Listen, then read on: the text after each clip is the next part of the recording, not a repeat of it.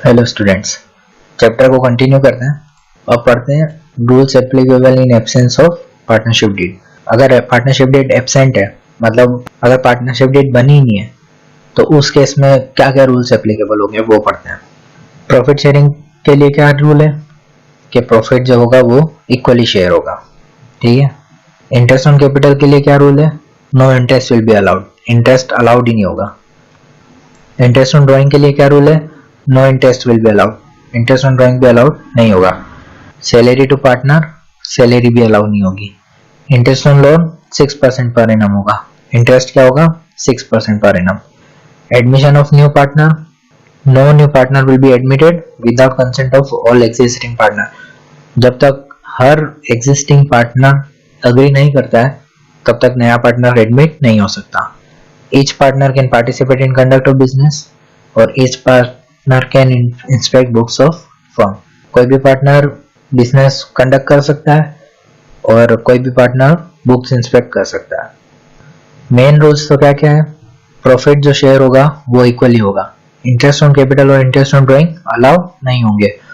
कोई भी पार्टनर को सैलरी नहीं मिलेगी। और जो इंटरेस्ट ऑन लोन होगा वो 6% पर एनम होगा। अब इससे रिलेटेड एक क्वेश्चन देखते हैं। क्वेश्चन है X represent the following profit and loss appropriation account to his partner Y।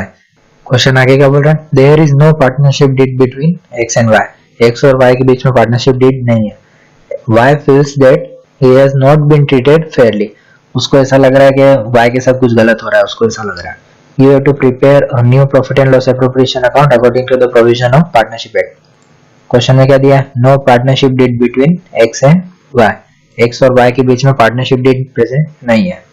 Partnership deed present नहीं है मतलब रूल्स क्या कहते हैं? इंटरेस्ट ऑन कैपिटल और इंटरेस्ट ऑन ड्रॉइंग अलाउड नहीं होंगे।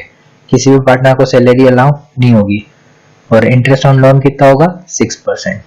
अब इसमें देखते हैं प्रॉफिट तो है 92,200, ठीक है। तो अपन ने प्रॉफिट ऐसे कैसे नए profit and loss appropriation account में लिख देंगे बाय प्रॉफिट एंड लॉस 92,200।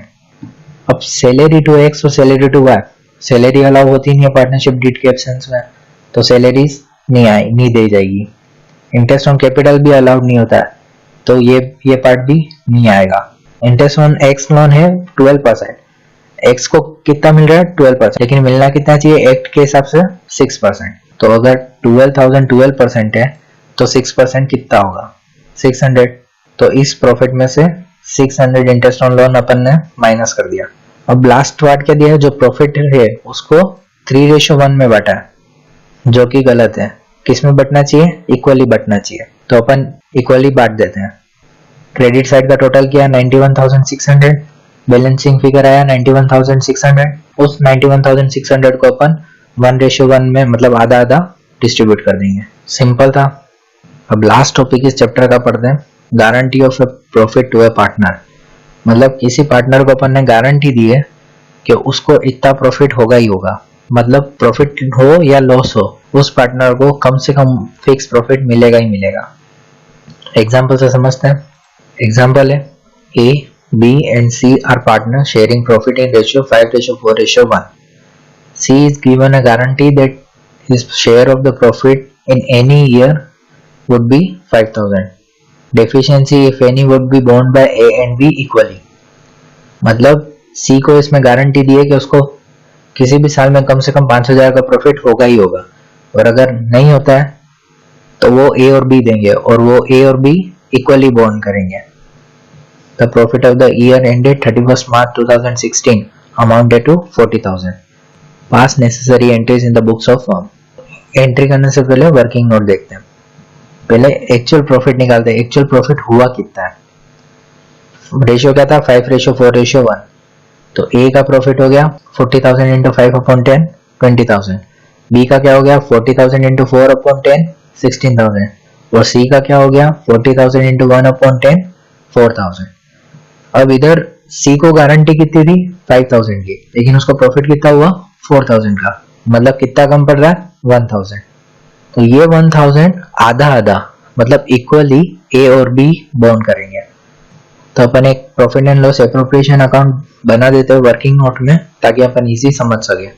तो बाय प्रॉफिट लिख दिया अपन ने 40,000 पहले सी का देखते हैं। सी का 4000 था, उसको गारंटी 5000 की थी, 1000 उसको कम पड़ा था, जो कि ए और बी इक्वली बांट रहे थे।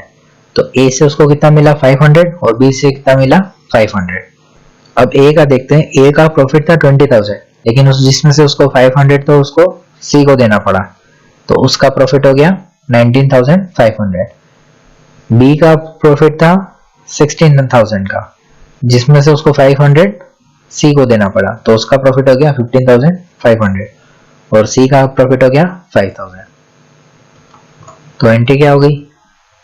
प्रॉफिट को profit and loss appropriation account में ट्रांसफर करने की, profit and loss account debit to profit and loss appropriation account 40000, और फिर प्रॉफिट को बांटने की एंट्री हो गई, profit and loss appropriation account debit to A, to B and to C. Amount अभी अपन ने वर्किंग नोट के टेबल में देखा, ए का अमाउंट था 19500, बी का था 15500 और सी का था 5000। नरेशन लिख देंगे, profit distributed as per working note. Clear है? एक और एग्जांपल देखते हैं। Ankur and Bobby were into a business providing software solution in India. They were sharing profit and losses in ratio 3:2. They admitted Rohit for 1/5 share in the firm. Rohit is guaranteed a minimum profit of 2 lakh for the year, and deficiency in Rohit's share is to be borne by Ankur and Bobby in ratio 4:1. Losses for the year were 1 lakh. अब इसमें company को loss हो गया 1 लाख का, लेकिन अपन ने रोहित को 2 lakh rupees profit की गारंटी दी है। और क्वेश्चन में क्या लिखा था कि जो रोहित की डेफिशिएंसी है वो अंकुर और बॉबी 4:1 में बांटेंगे। तो पहले वर्किंग नोट देख लेते हैं। रोहित का उस लॉस में शेयर कितना होगा? रोहित भी अब कंपनी का पार्टनर है, कभी लॉस तो बेयर करना ही होगा, लेकिन उसको 2 लाख रुपए इसके प्रॉफिट की गारंटी दी है। तो वो कैलकुलेट कैसे करेंगे? सबसे पहले रोहित का जो लॉस है वो कैलकुलेट करेंगे। 1 लाख रुपए का कंपनी का लॉस, जिसमें से वो 1/5 शेयर के लिए आया था, तो 1 लाख का 1/5 हो गया 20,000। मतलब ये 20,000 का तो उसका लॉस है। बाकी कितना लॉस बच गया? 1 लाख का पूरा माइनस 20,000 का रोहित का, तो 80,000 बचा। और ये 80,000 अंकुर और बॉबी 3:2 में बांटेंगे। तो अंकुर का लॉस हो गया 48,000 का और बॉबी का लॉस हो गया 32,000 का। इतना क्लियर है? अब समझना रोहित को लॉस हुआ 20,000 का और उसको प्रॉफिट कितना देना है? 2 लाख रुपीस का। तो मतलब उसको टोटल प्रॉफिट कितना देना पड़ेगा? 2,20,000। 2 लाख तो उसका मिनिमम प्रॉफिट और ये 20,000 का उसका लॉस हुआ, वो भी उसको कवर करना पड़ेगा। तो टोटल 2,20,000 का उसको प्रॉफिट देना पड़ेगा। और वो 2,20,000 कौन बॉन्ड करेगा? अंकुर और बॉबी। किस रेशियो में? 4:1 में। तो एंट्री देख लेते हैं। सबसे पहले तो लॉस को ट्रांसफर करेंगे profit and loss appropriation account में।